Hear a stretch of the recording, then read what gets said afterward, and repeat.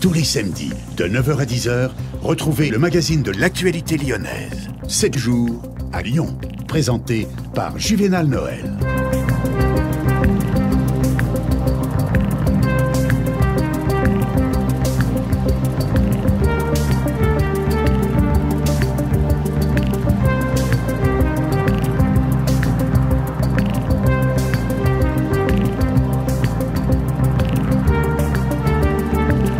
À la une d'actualité de ce samedi matin, donc, c'est le mouvement Les Nuits debout qui s'ouvre demain dimanche, également en page politique. Les présidentielles, les différentes personnalités politiques avaient déjà fait leur choix à l'orée du premier tour.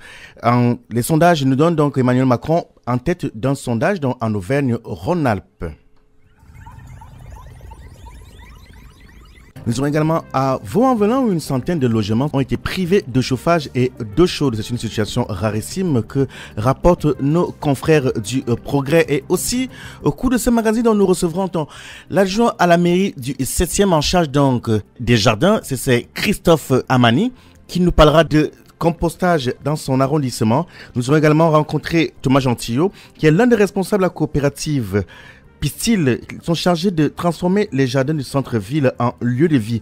De plus en plus en centre-ville, on rencontre des bacs en bois qui poussent comme des champignons. Voilà pour le sommaire. Le développement de toutes ces nouvelles et bien d'autres dans quelques instants. 7 jours à Lyon. Tous les samedis de 9 h à 10 h. Mesdames, Messieurs, bonjour une fois de plus. En ville, aujourd'hui, cette tendance de composter. Donc, depuis 2009, une vingtaine de composteurs de quartier ont fait leur apparition aux quatre coins de Lyon, celui de la place Jules Guet dans le 7e arrondissement. Et le dernier né, donc 6 habitants de quartier ont porté ce projet pour répondre donc à la saturation des sites de compostage dans l'arrondissement, financé par la métropole dans le cadre de son programme Territoire zéro déchet, zéro gaspillage. Il permet donc à plus de 60 foyers de recycler leurs déchets organiques. La semaine dernière, donc, la semaine passée, le compost Jules Guet tenait donc sa première permanence. C'était donc l'occasion donc pour de former les novices au compostage sous le regard donc de bénévoles de la coopérative Pistil qui est chargée aujourd'hui de transformer les jardins de centre-ville en lieu de vie. Pour en parler ce matin, donc, nous sommes avec Thomas Gentillot. Bonjour Thomas Gentillot. Bonjour. Donc, vous êtes l'un des responsables de la coopérative Pistil. Oui, je suis là. Que fait la coopérative Pistil? Alors, Pistil est une coopérative de jardiniers. Notre principal métier est la gestion de la nature en ville, en pied d'immeuble, donc dans les copropriétés, les résidences. L'objectif est de proposer un entretien écologique qui permette aux gens de se réapproprier petit à petit la nature qui est juste en bas de chez eux. Et ça grâce à des professionnels du jardin qui partagent leur passion avec les urbains, les citadins. Est-ce qu'aujourd'hui les habitants de Lyon parviennent à s'approprier donc cet espace vert là? Ah il y a une très forte demande. Nous ça fait tout juste 2 ans que nous existons et on a déjà plus d'une centaine de jardins en gestion. Donc la demande est très forte. Ça veut dire qu'on a vraiment une appétence, une envie de se reconnecter à la nature juste en bas de chez soi. Et ça, c'est vraiment encourageant quand on est convaincu comme nous que la nature peut apporter du bien-être aux citadins. Au quotidien, à quoi consiste ce travail? Comme type de travail, nos jardiniers font un peu ce qu'on a l'habitude de voir pour un paysagiste, c'est-à-dire de tondre, de tailler les arbustes, etc.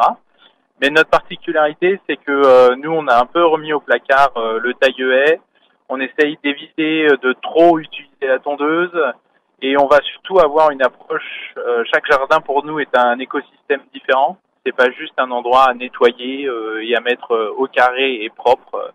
L'objectif, c'est vraiment que la biodiversité revienne et puis aussi que les gens, petit à petit, aient envie de revenir dans leur jardin, d'y passer du temps en famille, du temps avec leurs amis, etc.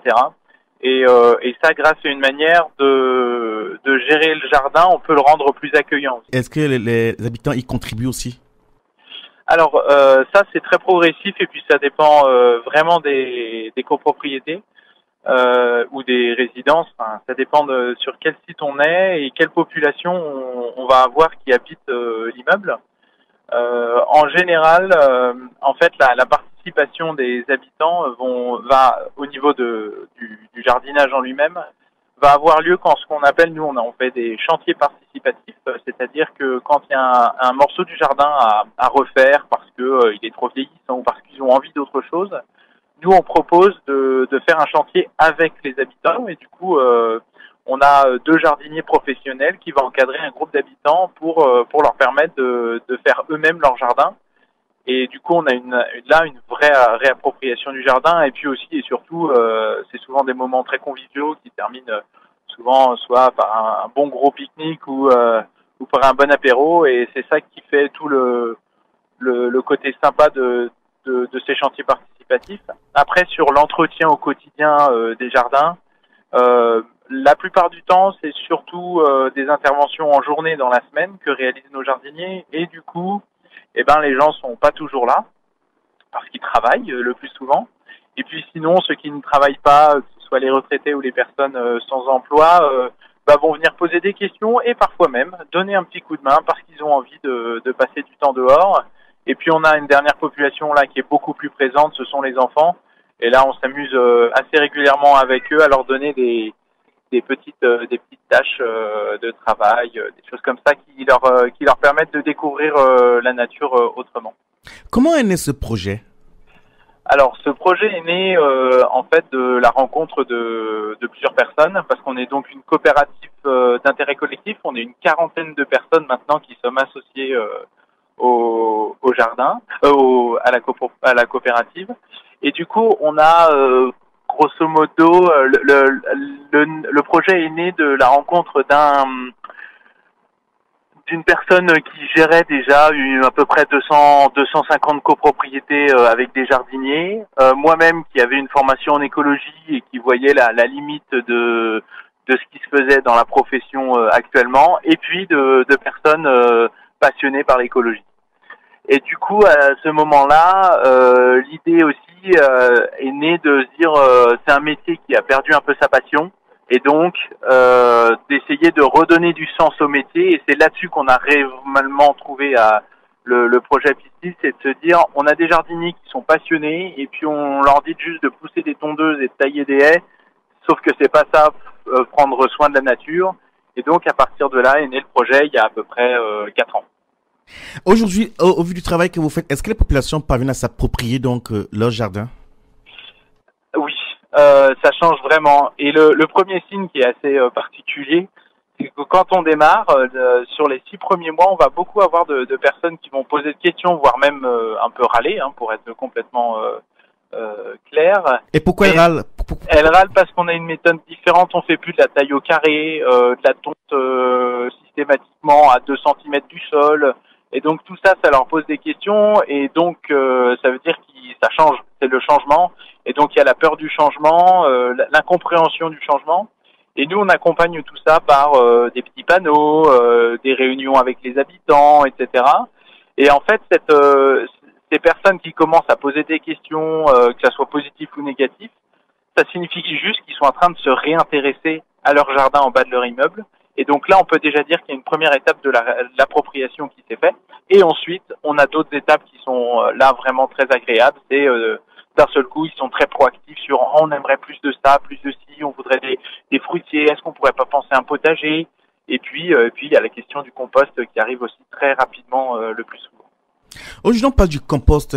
Concrètement, parce qu'on a compris que pour faire du bon compost, il faut bien trier. Est-ce que les populations parviennent à le faire comme cela se doit?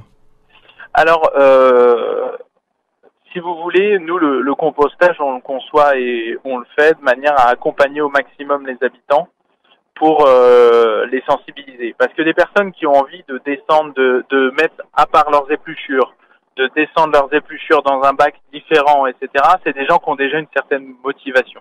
Et donc, en fait, on utilise cette motivation, entre guillemets, pour correctement les sensibiliser et les former. Et donc, les erreurs de tri, elles existent, on va pas dire qu'il y en a pas, mais elles sont réellement beaucoup plus faibles que ce qu'on peut parfois avoir dans les poubelles entre guillemets classiques qu'on a en bas de nos immeubles, même si le tri est plutôt bien fait dans la majorité de ces résidences où on installe le compostage. Aujourd'hui, pour qu'il soit pérenne le travail que vous faites en fait, parce qu'on ne s'imagine pas que vous serez tout le temps vous-même au bas des immeubles, pour que les populations puissent, voilà.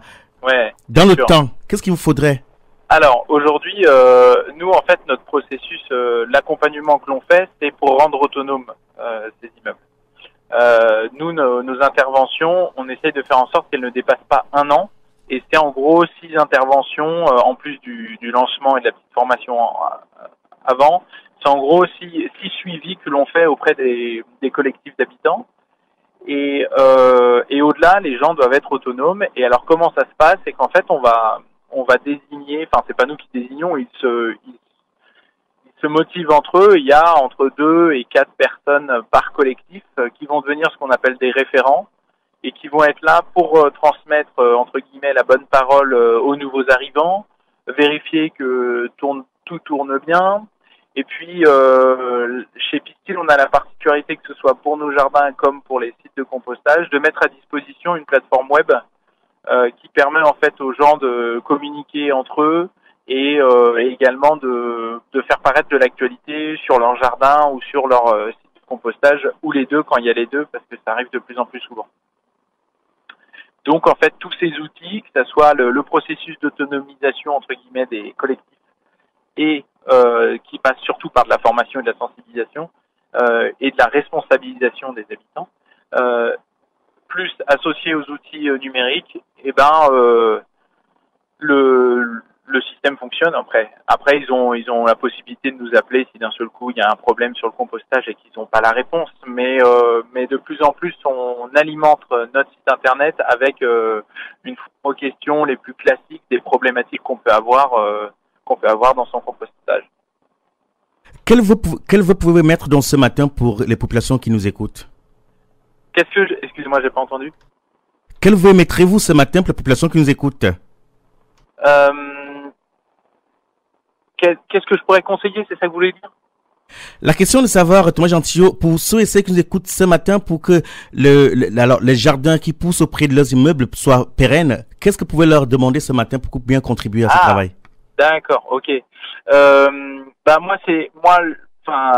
J'ai l'habitude de dire avant même de vouloir faire quelque chose, la nature ça s'observe. Et déjà c'est là qu'on peut la redécouvrir et donc commencer à de nouveau avoir envie de faire quelque chose dans son jardin. Donc aller s'installer dans son jardin déjà, y revenir avec ses voisins, ses amis pour prendre un petit apéro, pour discuter le bout de gras quand les enfants sont en train de jouer, continuer à faire vivre ces espaces en pied d'immeuble. Ça c'est, je pense, la première étape. Et l'étape suivante, c'est d'essayer de voir comment est géré ce jardin par le prestataire actuel et promouvoir 2 choses importantes dans ces cas-là.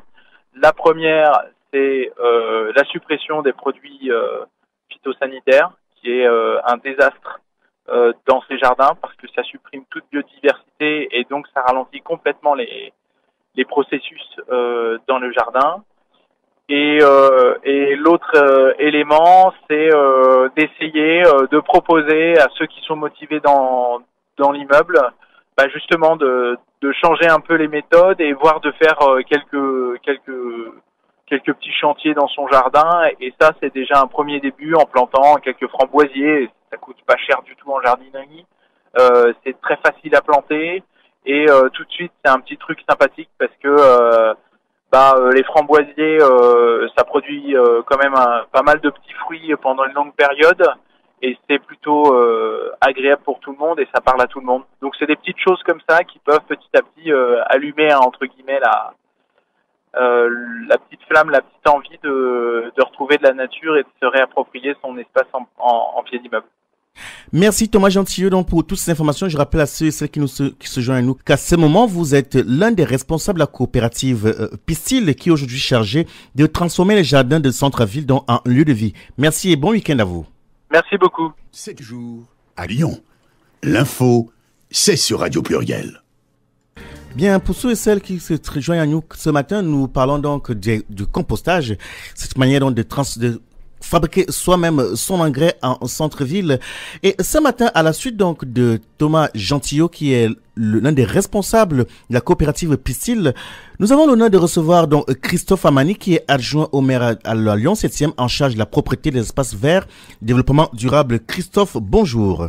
Bonjour Noël. Merci d'avoir accepté notre invitation. C'est vrai que c'est pas évident un samedi matin. Composter aujourd'hui, on en parle de plus en plus, et aujourd'hui donc Lyon et le 7e arrondissement fait partie donc de ces arrondissements-là qui sont de plus en plus verts, Christophe. Exactement, c'est surtout à la demande des habitants que nous avons souhaité au sein du 7e arrondissement encourager toutes ces initiatives, effectivement favorisant le développement durable au sein de notre arrondissement, mais aussi permettre aux habitants de créer du lien autour de ces composteurs, en s'y réunissant et puis en animant un peu les secteurs où ils sont disposés. En quoi consiste votre mission dans ce domaine, dans ce secteur-là? Mais notre mission est une mission d'accompagnement, puisque vous savez quand même que les composteurs, pour la plupart, sont passés sur le domaine public, et que sur le domaine public, on ne peut pas faire ce qu'on veut. Donc la plupart du temps, ils sont placés sur les espaces verts, et dans ce cadre-là, il faut une autorisation de la direction des espaces verts pour pouvoir en installer. Et moi, dans le cadre de ma délégation, j'accompagne ces demandes et je favorise leur implantation. Est-ce que vous avez suffisamment de moyens pour mener à bien ce projet? Nous n'avons pas de moyens parce que la plupart des projets de composteurs sont accompagnés par la direction de la propreté et de développement durable aussi du Grand Lyon Métropole. C'est eux qui accordent des subventions et qui permettent aux structures d'accompagner ceux qui veulent mettre en place les composteurs. Nous ne faisons qu'un accompagnement administratif et si vous voulez, nous encourageons les gens à le faire pour les habitants du 7e. Mais au niveau moyen, nous n'avons pas grand moyens. Les moyens que nous mettons à disposition sont ceux des espaces verts qui dégagent les lieux nécessaires. Mais après, chaque structure fait son projet et lors de l'appel à subvention, une fois que la subvention est obtenue, installe le composteur. Est-ce que là, je pose la question que j'ai posée tout à l'heure à Monsieur Thomas Gentillot, qui est l'un des responsables de la coopérative Pistil, qui également œuvre dans ce domaine-là. Est-ce que les populations suivent? Alors, les populations suivent. Aujourd'hui, on a énormément de demandes dans le 7e. Et pour avoir discuté avec la conseillère métropolitaine en charge de ces dossiers, Emeline Baum, elle nous a dit que le 3e et le 7e arrondissement étaient déjà trop en avance par rapport aux besoins de la métropole. Donc, il va falloir, comme elle a dit, en souriant, qu'on se calme dans les demandes. Parce que si on continue le rythme où on est, les autres communes de la métropole ne pourront pas bénéficier de leur soutien.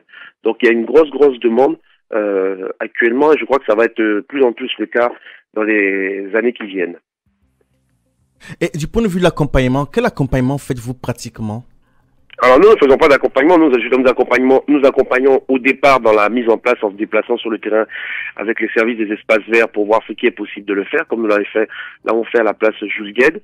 Nous avons fait ça aussi à la rue du Colombier, rue d'Omer, où il y a aussi une autre demande de composteurs. Et après, les services suivent pour pas que ces composteurs, par exemple, soient installés sur la pelouse, où il y a déjà de l'arrosage automatique, sur les aires des jeux pour enfants. Donc il y a un accompagnement, si vous voulez, qui est de gestion globale du secteur. De manière générale, en ce moment, vu ce type de projet intéressant, naître et puis peut-être ne pas suivre dans le temps, pour pérenniser ce projet-là, que faites-vous? Alors c'est une question que nous avons, c'est que souvent il y a une partie des habitants qui habitent autour qui sont très motivés, et puis au fil des ans on se rend compte que s'il y a un renouvellement des personnes intéressées, le projet bat de l'aile. C'est un peu ce que nous constatons sur les jardins partagés. Il y a un moment, tout le monde veut des jardins partagés, mais un jardin partagé, il faut des habitants pour l'animer. C'est pas à la ville, aux espaces verts d'animer les jardins partagés, puisqu'ils sont sous la responsabilité de l'association qui les gère en des conventions avec la métropole et la ville. Donc nous, l'inquiétude que nous avons, c'est sur la durée, mais il nous semble que, par exemple sur la place Jules Guesde, vu le groupe d'habitants qu'on a vu, les magasins, les épiceries qu'il y a autour, je pense que sur la durée, on aura quand même un composteur qui va tenir et qui va le lien social autour de ce secteur. En termes de pédagogie, est-ce que le message passe? Le message passe, il est porté par les habitants. C'est-à-dire que nous, en tant que structure municipale, on y croit, mais nous partons toujours il faut que ça soit un domaine participatif, que les habitants s'approprient le projet. Nous ne venons pas du haut en imposant le projet. Voilà. Pour ceux et celles qui se joignent à nous, que maintenant nous recevons Christophe Amani. Il est adjoint à la mairie du 7e arrondissement, en charge de la propreté, de l'espace vert, du développement durable. Et Christophe, pour que ceux et celles qui nous écoutent ce matin, qui n'ont pas encore l'habitude, qui n'ont pas encore la main verte, puissent s'y intéresser, que leur diriez-vous? Je leur dirais que aujourd'hui, on est dans une période où le tri des déchets est très très important. Nous avons quand même une petite déception, c'est que au niveau des poubelles vertes que tout le monde a, le tri n'est pas au niveau de ce que nous attendions. Le tri qui fonctionne très bien, c'est celui des verres, des silos à verre. Dans le 7e arrondissement, nous arrivons 2e sur les 9 arrondissements de Lyon. Donc cela fonctionne bien. Et maintenant, le composteur commence à prendre un essor. Et nous encourageons cet essor pour que effectivement le tri des déchets, et comme vous l'avez dit au début de notre interview, récupérer les déchets, pouvoir les transformer afin de pouvoir en faire des engrais, rentre dans les habitudes. Car il ne faut pas se cacher que dans les années qui vont venir, les déchets ne vont pas être ramassés aussi facilement. Peut-être dans quelques années, on s'acheminera comme dans l'Allemagne au ramassage des déchets au poids. C'est-à-dire que les habitants paieront les quantités de déchets qu'ils auront qui auront été collectés. Alors, c'est vrai que cela peut paraître évident de trier, et ce n'est pas le cas chez tout le monde. Pouvez-vous nous rappeler ce matin quel intérêt il y a aujourd'hui à trier ces déchets? Mais parce que les déchets, si vous les prenez de manière brute, ils coûtent excessivement cher au ramassage. Donc si on les ramasse globalement et qu'on les met tous dans la déchetterie sans tri, c'est des déchets qui ne sont pas valorisables. Parce que l'avantage de trier, c'est que par exemple quand on trie le bois est réutilisable. Quand on trie le papier est réutilisable. Quand on trie l'aluminium est utilisable. Donc le fait de réutiliser les déchets, les tris, ça permet, si vous voulez, de les valoriser. Ils ont une nouvelle valeur, ils ont une nouvelle vie. Nous travaillons aussi avec la société Écosystème, qui ramasse une fois par mois dans 2 endroits dans le 7e arrondissement, qui ramasse tous les équipements électriques qui ne sont plus utilisables, qui sont usagés, et qui les récupèrent, qui les rénovent et qui les remettent dans le système. Voilà. Donc c'est plutôt en triant, si vous voulez, si on prend sur le verre, par exemple quand on trie le verre est réutilisé, la bouteille qu'on boit, c'est du verre trié pour la plupart. Merci beaucoup Christophe Amani pour toutes ces informations et merci d'avoir accepté donc de répondre à nos questions. On vous souhaite un excellent week-end. Merci Noël et puis merci de contribuer au développement durable dans l'agglomération. Bonne journée. 7 jours à Lyon. L'info, c'est sur Radio Pluriel.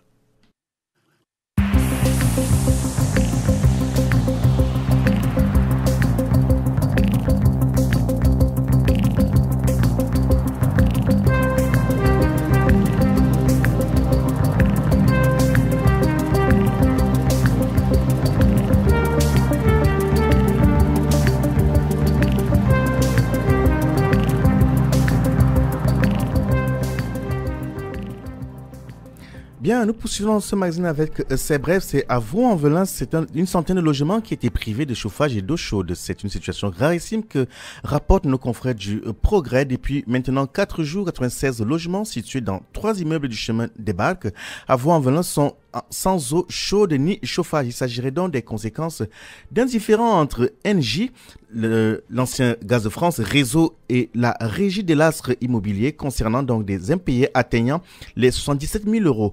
Pris en otage, dont les habitants dénoncent une situation inadmissible. L'un d'entre eux donc a déclaré à nos confrères d'en avoir toujours réglé les charges depuis son arrivée, une situation indépendante de sa volonté de ses vaudaires, qui paye donc les conséquences de la mésentente entre la régie et le géant de l'énergie.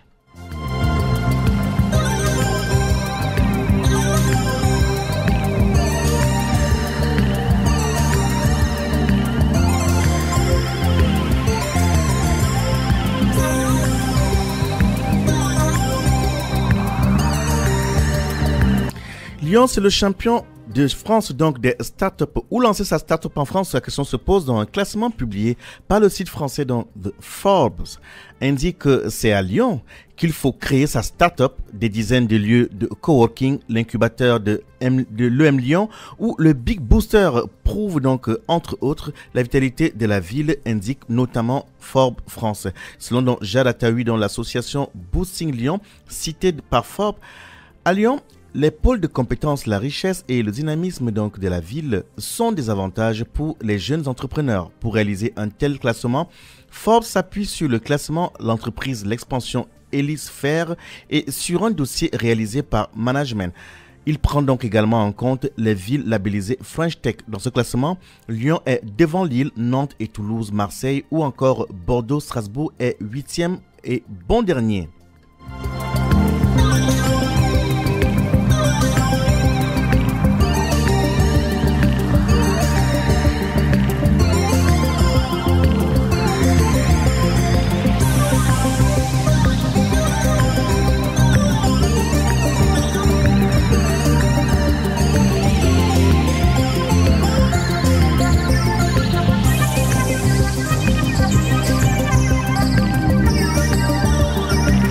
La Japan Touch revient à Lyon au Expo ce week-end. La Japan Touch donc débutera donc ce samedi 22 avril à partir de 10h.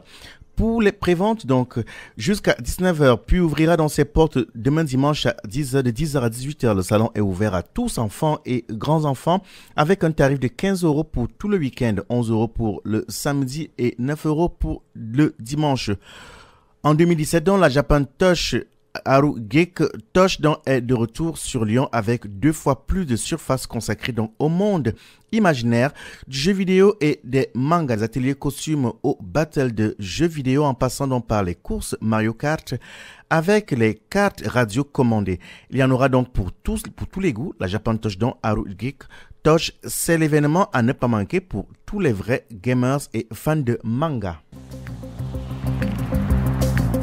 C'est la région Auvergne-Rhône-Alpes qui a décidé d'allouer 1 800 000 € par an pour soutenir donc les entreprises régionales qui embauchent un volontariat international en entreprise en ABG VIE. C'est à l'hôtel des régions et à l'occasion de l'inauguration du forum VIE. Philippe Meunier, le vice-président de la déléguée à la sécurité et aux partenariats internationaux, qui a présenté le nouveau dispositif de la région Auvergne-Rhône-Alpes d'accompagnement à l'international des entreprises. Avec près de 1000 volontaires et internationaux en entreprise par an, la région aide directement les entreprises. Dans une volonté de développer l'emploi et de faire venir de nouvelles entreprises, la région s'est engagée à soutenir ce projet. La région Auvergne-Rhône-Alpes financera donc l'emploi du volontaire international à hauteur de 50% la première année, puis 25% la seconde, soit un investissement de 1 200 000 € la première année, puis 1 800 000 € les années suivantes.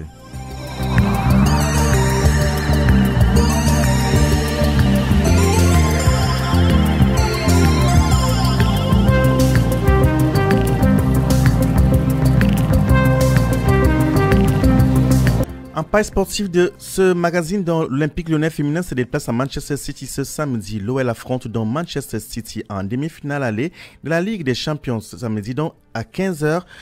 Les Lyonnaises rencontrent une équipe mancunienne novice à ce stade de la compétition pour espérer défendre leur titre à Cardiff le 1er juin prochain. Les joueuses de Gérard Prêcheur ont elles, l'habitude de ces grands rendez-vous, une expérience qui pourrait leur permettre donc de faire la différence, notamment lors de ce match aller en Angleterre. Alors, je reste sur l'Olympique Lyonnais, donc c'est Alexandre Lacazette qui fait forfait donc contre l'AS Monaco. L'attaquant lyonnais était sorti contre Besiktas jeudi soir. Alexandre Lacazette est forfait donc contre l'AS Monaco ce dimanche en championnat. Bruno Genesio vient de l'indiquer il y a quelques minutes donc en conférence, donc c'était hier soir. Alex est forfait pour dimanche. On verra ensuite, dans une fois qu'il aura passé des examens, son ischio droit pose problème.